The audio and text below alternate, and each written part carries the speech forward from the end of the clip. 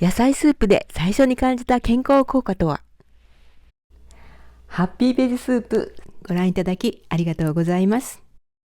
5年間ほぼ毎日野菜スープを食べ続けている私が、そこで得た知識、ポイントや工夫をお伝えしていきます。皆さんも野菜スープ作りにチャレンジして毎日食べてみてください。今のあなたより確実に健康な体を手に入れることができると思います。野菜スープの作り方は難しくはありませんが、でも私たちの日々は忙しく、余計な仕事を増やすのは大変ですよね。面倒と思う気持ちももちろんあるし、誰よりも楽して生きていきたい私なのですが、なぜ5年以上も続けることができているのか。その最大の理由は、健康効果が実感できるからです。野菜スープを始めた頃、よく言われたのが、顔色良くなりましたよねです。あんまり多くの人に言われるから、今まで顔色悪かったんと思ったほどです。これは玉ねぎとキャベツのおかげかもしれません。ではここを詳しくお伝えしていきたいと思います。ちなみに今朝の私の野菜スープはベジブロスです。昨夜楽しく飲んで食べ過ぎてしまいましたので、朝ごはんを食べずに温かいこの野菜スープでお腹を休ませます。玉ねぎを切ると目に染みて涙がこぼれます。これは玉ねぎに含まれるイソアリンによるもの。イソアリンは玉ねぎに含まれる酵素によってイソアリシンというファイトケミカルに変化します。これが血液を固まりにくく、血液の流れを良くします。また玉ねぎの皮に多く含まれるケルセチンにも強力な抗酸化作用と血液サラサラ作用があり、動脈硬化の予防に役立つと言われています。一方キャベツにも酵素の働きで変化したイソチアシアネートが体内で健康効果を発揮します。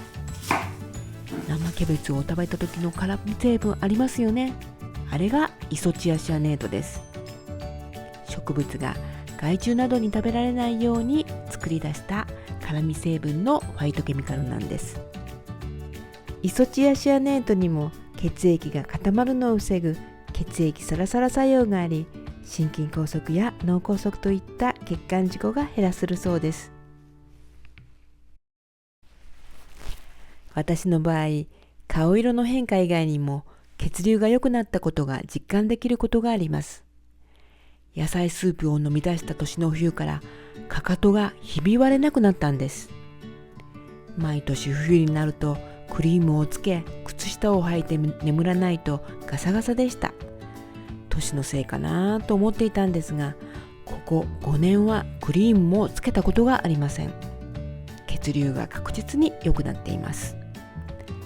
ぜひ皆さんにも野菜スープを毎日続け、この健康効果を実感していただきたいです。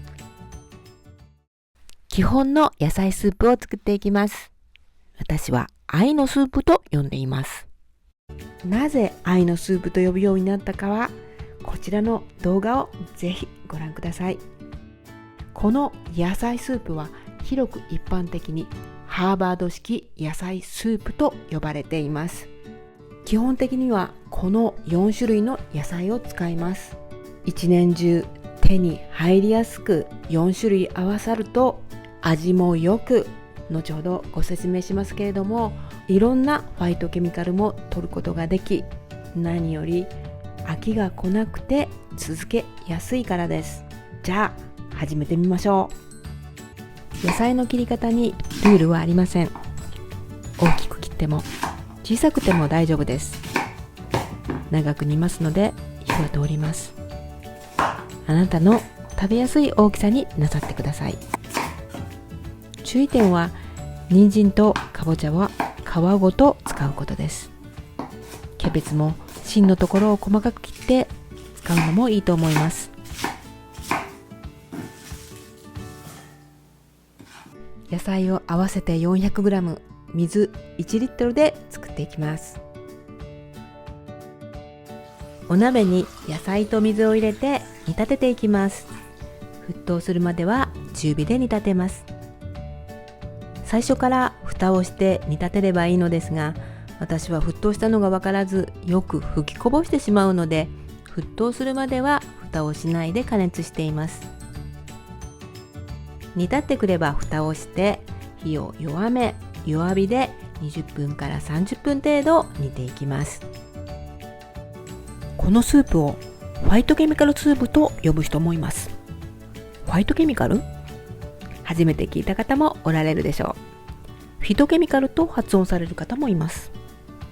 ホワイトケミカルには体内での酸化をブロックする働きがあります。いわゆる抗酸化作用です。野菜や果物の色素や香り、苦味や辛味などの成分がホワイトケミカルなんです。具体的にはブドウの皮や赤ワインの色、トマトやスイカの赤色がそうです。バナナや柑橘類の香りもホワイトケミカルなんです。お話ししている間に沸騰してから20分が経ちました。愛のスープの出来上がりです。まずこした汁だけを飲んでみてください。思ったより美味しい、野菜が甘いと思う人や、全然味がない、野菜臭いと感想は人それぞれだと思います。そして美味しくなかったと思う人ほどぜひ野菜スープを続けていただきたいと思います。もし初めてこのスープを口にしたあなたは、この味を覚えておいてください。1週間、2週間、1ヶ月と続けていくと必ず味が変わってきます。味覚が鋭くなり、甘みが感じられるようになります。それぞれの野菜の風味も区別できるようになると思います。ではここから野菜スープの効果的な取り方をお話していきます。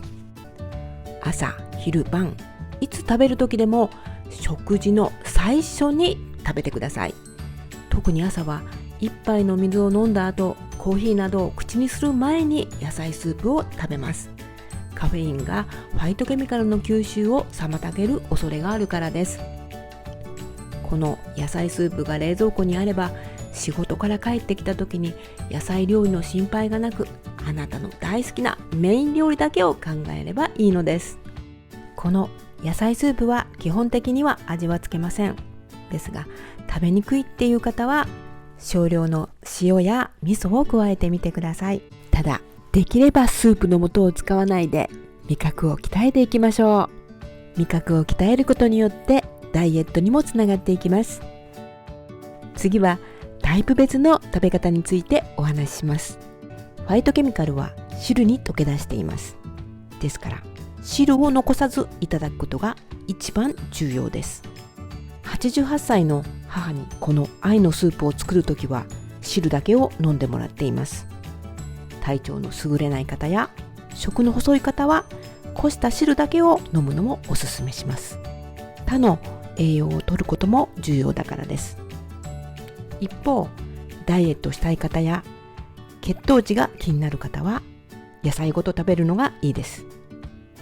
食べ応えがあり、食事の最初に食べるとそれだけでも満足感があり、過食を防ぐことができます。私のように朝あまり食欲のない人はポタージュです。スルスルと入ってきます。冷凍する時にも向いています。野菜のまま冷凍すると温め直した場合、野菜が寿司っぽく感じられるんです。野菜スープは冷蔵庫で 2,3 日を目安に食べてください。特に夏場は注意が必要です。作るのは難しくなくても毎日となれば大変です。作り置きをすることをお勧めいたします。あなたはどのタイプの野菜スープがお好みですか？抗酸化作用豊富な野菜スープをぜひ作ってみてください。私のように60代半ばになると若い頃のような肌にはなかなか戻れませんが、それでも血色が良くなるのはとても嬉しいものですよ。ハッピーベジスープはスープでより健康に、より幸せになっていただきたいと思って週に一度動画をアップしています。